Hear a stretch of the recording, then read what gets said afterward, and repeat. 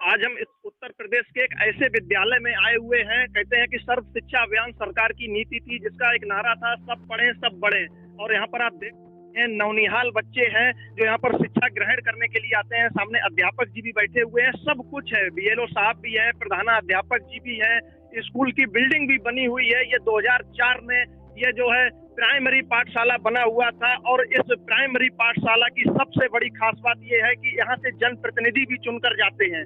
जनप्रतिनिधि यहाँ पर चुनाव होते हैं, वोट पड़ते हैं, बच्चे भी पढ़ते हैं। लेकिन सबसे बड़ी बात, मैं प्रशासन का ध्यान इस ओर आकर्षित करना चाहूंगा कि लगभग 15 सालें हो गई हैं इस विद्यालय को बने हुए, और इस विद्यालय में आने के लिए कोई रास्ता नहीं है। बच्चे कभी किसी के दूसरे की घर की चार दीवारी कूद कर आते हैं। कहते हैं बच्चे बानर का रूप होते हैं, लेकिन यह कविता यहाँ पर चरितार्थ बैठती है। ये छोटे छोटे नौनिहाल बच्चे हैं, ये दूसरों के घरों से निकल कर आते हैं क्योंकि स्कूल में आने के लिए कोई रास्ता नहीं है। जो यहाँ से बराबर में, स्कूल के बराबर में जो लगे हुए मकान हैं, उनसे निकलकर, उन लोगों से पूछकर, उनसे प्रार्थना करके वो अपने घरों से इन्हें निकलने की जब परमिशन देते हैं तो निकल कर आते हैं। और कभी कभी ऐसा होता है जब उनके घर में कोई नहीं होता है या वह लोग रिश्तेदारी में चले जाते हैं, तो ये बच्चे आप देख सकते हैं सामने, ये खेत है, ये यहाँ पर खेत है, और इनसे ये बच्चे जो है निकल कर आते हैं। और बरसात के मौसम में इसमें पानी भर जाता है, काफी कीचड़ हो जाता है और ये बच्चे चुटिल हो जाते हैं। कभी कभी तो जो है दीवारों पर चढ़ के आते हैं। ऐसा यहाँ के ये लोग बता रहे थे कि बहुत ही ज्यादा गंभीर समस्या है। हमारे साथ इस विद्यालय के प्रधानाध्यापक जी मौजूद हैं। क्या नाम है आपका? ब्रजेश। ब्रजेश जी, ये बताइए आपके विद्यालय में कितने बच्चे हैं? 85। क्या समस्याएं इस समय आ रही हैं? ये विद्यालय रास्ता नहीं, सरकारी रास्ता नहीं। फिर आप लोग कहाँ से आते हैं? ये खेतों सो के आते हैं, दूसरे घर से आते हैं। आपने किसी प्रशासनिक अधिकारी को इस संबंध में? जून में मैंने सीडीओ सर को दिया था, मैंने प्रधान जी ने मिलकर एक एप्लीकेशन। उसके बाद जुलाई में एक एसडीएम साहब को दी थी एप्लीकेशन इस बारे में जी, रास्ताविहीन। उससे हमसे पूर्व भी कई प्रधानाध्यापक ने यहाँ दिया था अलग अलग अधिकारियों को। तो क्या रहा उसमें, कार्रवाई क्या हुई? ये अभी हल नहीं हो पाया रास्ते, मतलब अधिकारियों ने संज्ञान अभी तक नहीं लिया है। हाँ, मतलब जो समस्याएं हैं वो अभी हल नहीं। देख लीजिए, यही हकीकत है। ये हिंदुस्तान का ऐसा विद्यालय है, ऐसा प्राइमरी विद्यालय है जहाँ पर बच्चे हैं, शिक्षा भी है, पढ़ाई भी है, टीचर भी है, लेकिन रास्ता नहीं है। प्रधानाध्यापक जी बता रहे हैं, मैंने कई बार प्रशासनिक अधिकारियों को इस बारे में अवगत कराया, लेकिन उनके कानों पर जूं नहीं रहेंगी, क्योंकि वह इंतजार कर रहे हैं कि यहाँ एक बड़ा हादसा हो, बच्चे निकल कर आते हैं, किसी के घर से निकल कर आते हैं, कोई बच्चा चुटिल हो जाए, बहुत ज्यादा गंभीर समस्याएं आ जाए, तब वो इस मामले का संज्ञान लेंगे। बहुत बड़ी बात है कि इस विद्यालय में जाने के लिए, बच्चों के शिक्षण के लिए आने जाने का कोई रास्ता नहीं है। हमारे साथ यहाँ के ग्राम प्रधान जी मौजूद है। क्या नाम है प्रधान जी आपका? संजय कुमार राजपूत, ग्राम सजनापुर पट्टी।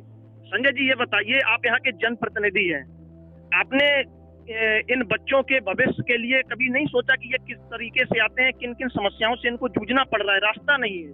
जी, हमने जो है एसडीएम साहब को भी अवगत कराया इसके मामले में, और वो क्या सीडीओ साहब को भी और बीडीओ साहब को भी, सारे लोगों को मतलब अवगत कराया, लेकिन आज तक कोई कार्रवाई नहीं हुई। और उनके ऊपर जो है एप्लीकेशन भी मतलब वहाँ से लिखे गए थे, लेकिन आज तक कोई कार्रवाई नहीं है। फिर ये बच्चे कहाँ से निकल कर आते हैं, कहाँ से आते हैं? ये साहब उधर खेतों से आते हैं, इधर पेड़ों से, और बहुत काफी समस्या। हमने कई बार इसलिए इसकी बाउंड्री नहीं हो पा रही है कि सभी लोग अवैध कब्जा किए हुए हैं, पासपोर्ट लोग हैं। देख लीजिए, ये रास्ता नहीं बनने दे रहे। प्रधान जी बता रहे हैं, ये स्कूल की यहाँ बाउंड्री वाल है। कैमरामैन जी से मैं दरखास्त करना चाहूंगा कि जरा दिखाएंगे, ये स्कूल में बाउंड्री वाल नहीं है, टूट चुकी है। और बता रहे हैं कि यहाँ पर ये जो खेत है, इसके जो मालिक हैं वो इस पर कब्जा किए हुए हैं, दबंगई से इस पे बाउंड्री नहीं बनने दे रहे। ये स्थिति है, ये बच्चों के भविष्य के साथ खिलवाड़ है, और यहाँ पर कोई रास्ता नहीं है। आप देख सकते हैं किस तरीके से, कितना यहाँ जर्जर अव्यवस्थाओं के शिकार है ये विद्यालय, और कांटे लगे हुए हैं। ये छोटे छोटे बच्चे पढ़ते हैं यहाँ पर, कोई कक्षा 1 में है, कोई 2 में है, कोई 3,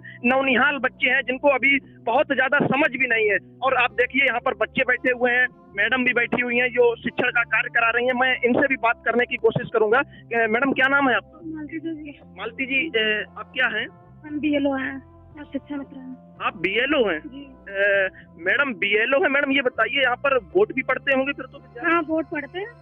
फिर जो वोट डालने के लिए जो वोटर आते हैं, मतदाता आते हैं, यही समस्या होती है हमारे। इधर उधर से आते वोटर तो आ जाते हैं, लेकिन बच्चों के लिए समस्या ज्यादा है। बोट भी इधर इधर उधर से कहीं इधर से कहीं उधर से, चारों तरफ से खेतों से आते हैं, घर से आते हैं, खेतों से आते हैं, बाउंड्री बांध के आते हैं। मतलब कुछ भी हो, समस्या यही बनी हुई है कि रास्ता कहीं से भी नहीं है, हम लोगों को भी जाने का रास्ता नहीं है। जो अधिकारी आते हैं, जब वोट पड़ते हैं तो ऑफिसर बनाए जाते हैं, नोडल अधिकारी बनाए जाते हैं, और जिला अधिकारी भी इसकी मॉनिटरिंग करते हैं। तो जो अधिकारी जांच के लिए आते हैं वो फिर किधर से आते हैं? वो भी घूम घाम के किसी घर से होके आते हैं। अगर ताला पड़ा होता है तो उनसे रिक्वेस्ट करते हैं कि ताला खोला जाए, हमें जाना है अंदर। अगर ताला नहीं खुला मिलता है तो कहीं इधर से घूम के आते हैं, कहीं इधर से घूम के आते हैं।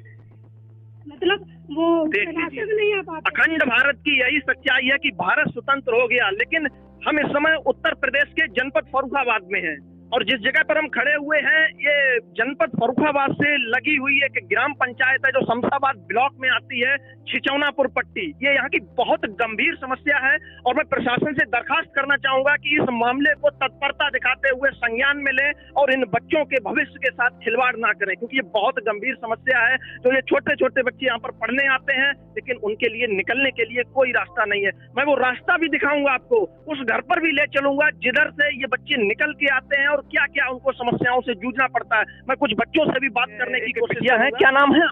नैन्सी। नैन्सी जी, आप कौन सी क्लास में पढ़ती हैं? 5। डेली पढ़ने आती हैं? हाँ। कहाँ से आती हैं? स्कूल में कोई रास्ता तो है नहीं, फिर आप किधर से निकल कर आती हैं? ठीक है, घर में और कोई गेट बंद कर देता हो तो खेत में आते हैं। देख लीजिए, ये क्लास 5 में पढ़ने वाली बिटिया है और बता रही है कि मैं किसी के दूसरे के घर से आती हूँ तो कभी कोई गेट बंद कर देता है, फिर जब गेट बंद हो जाता है फिर किधर से आती हूँ? खेत में। खेत में? तो खेत में बरसात के टाइम पे जब पानी भर जाता है फिर किधर से आती हूँ? पेड़ से। ये स्थिति है। एक और है, क्या नाम है भैया आपका? अर्थव नाम है। खड़े हो जाइए, खड़े हो जाइए। कौन सी क्लास में पढ़ते हो? 5। अर्थव जी, ये बताइए कहाँ से पढ़ने आते हो, किधर से आते हो? रास्ता नहीं है? किसी के घर से आता है, गेट बंद हो जाता है, दीवार लांग के आता हूँ। अगर कभी कभी खेत में से आता हूँ और बारिश हो जाती है तब मैडम नहीं आती। देख लीजिए, ये क्लास 5 का बच्चा, कितना छोटा बच्चा, और बता रहा है कि जब बारिश हो जाती है तब हम खेत से आते हैं। सोचो, ये उस जमाने की बात कर रहे हैं जब सरदार वल्लभ भाई पटेल जी एक नदी से तैर कर जाते थे। भारत स्वतंत्र हो गया, लेकिन आज भी कुछ जगह ऐसी हैं जहां पर आज भी वही स्थिति है। बच्चों के और खेतों से जहां फसल खड़ी होती है उसके बीच से ये लोग निकल कर आते हैं, तब यहाँ पर ये शिक्षा ग्रहण करते हैं। कितनी गंभीर समस्या है। मैं प्रशासन से पुनः यह आग्रह करना चाहूंगा कि इस मामले को तत्परता दिखाते हुए संज्ञान में ले। जैसा अभी आपने देखा, बच्चे, छोटे छोटे बच्चे इधर से कूद कूद के जो है यहाँ से निकल कर गए, और ये देखिए यहाँ पर ये गेट है जिधर से बच्चे निकलते हैं, यहाँ ताला लगा हुआ है। और एक हमारे साथ दादी हैं। क्या नाम है आपका? मीरा देवी। ये बताइए, बच्चे इधर से निकलते हैं, ये जगह आपकी है? हाँ, आपकी है। फिर अभी जब बच्चे निकल रहे थे, कूद रहे थे, आपने यहाँ ताला क्यों लगा दिया? ताला का हम कंडाबाद में गए थे, गैया होती हैं, घुरिया होती हैं, भाई ने गुड़ा डरती हैं, मतलब तो ताला लगा होता है। तो बच्चे इधर से ही निकल के जाते हैं स्कूल के? इधर ओर से जाते, बाबू ओर से जाते, दोनों ओर से जाते। तो ये रास्ता है मतलब? नहीं। हाँ। हमारा घर है, आपके घर से बच्चे निकल के जाते हैं? हाँ। अच्छा, तो आगे भी ऐसे ही इधर से ही निकलते रहेंगे? नहीं। हाँ, घर इधर ताला लगा दी, उधर ताला लगा दी, तो कैसे निकलेंगे? अच्छा, आपका क्या नाम है? विनोद जी, ये बताइए, आपका भी घर यहीं पे है? जी, ये आप ही की जगह है? जी। तो ये ताला लगा था, अभी आपने देखा, देख रहे होंगे, अभी बच्चे यहाँ से कूद कूद के निकल रहे थे और यहाँ ताला लगा है। ताला क्यों लगवा दिया? ताला एक गाय है, मतलब ज्यादा साढ़ आई है। बच्चे कहते रहे खोलो खोलो। हाँ। कोई था नहीं? था नहीं आते। अच्छा, यहीं से निकलते हैं बच्चे? नहीं, निकलते नहीं आते, मतलब जब यहाँ ताला लगा तो भाग जाते हैं यहाँ से। छोटे लोग कभी कभी किसी कुआं भी है ट्यूबवेल का, इसमें भी कैसे डर है। देख लीजिए, ये स्थिति है। ये भाई साहब हैं और इनके यहाँ से निकलते हैं। ये लोग थे नहीं यहाँ, देखो ताला लगा, क्योंकि आवारा जानवर घुस आते हैं, इसलिए ताला लगा था। और ये बहुत, प्रशासन को इस मामले पे संज्ञान लेना चाहिए कि ये इन लोगों की महानता है जो अपने घर से इन बच्चों को निकलने देते हैं। बाकी अगर ये ताला अगर यहाँ पे लगा रहे तो कोई भी बच्चा यहाँ से चोटिल हो सकता है। वो बता रहे हैं, ये देखिए यहाँ बच्चे छोटे छोटे, ये कुआं भी है बराबर में, इस पे अभी ये लकड़ी कड़ी वगैरह रखी है, इसमें भी छोटे छोटे बच्चे गिर सकते हैं। ये स्थिति है। और देखिए बराबर में जिधर से बच्चे ये निकल रहे थे, आपने देखा यहाँ पर एक गड्ढा और इसमें बहुत पानी भरा हुआ है। अगर कोई बच्चा बाई चांस ना देख पाए, कोई अगर इसमें गिर जाए तो उसकी दम घुटने से, पानी में डूबने से मौत हो सकती है। ये स्थिति है। मैं प्रशासन से पुनः दरखास्त करना चाहूंगा कि इस मामले को तत्परता दिखाते हुए संज्ञान में ले और जल्द से जल्द इस प्रकरण का समाधान कराएं। तब तक के लिए नमस्कार, जय हिंद।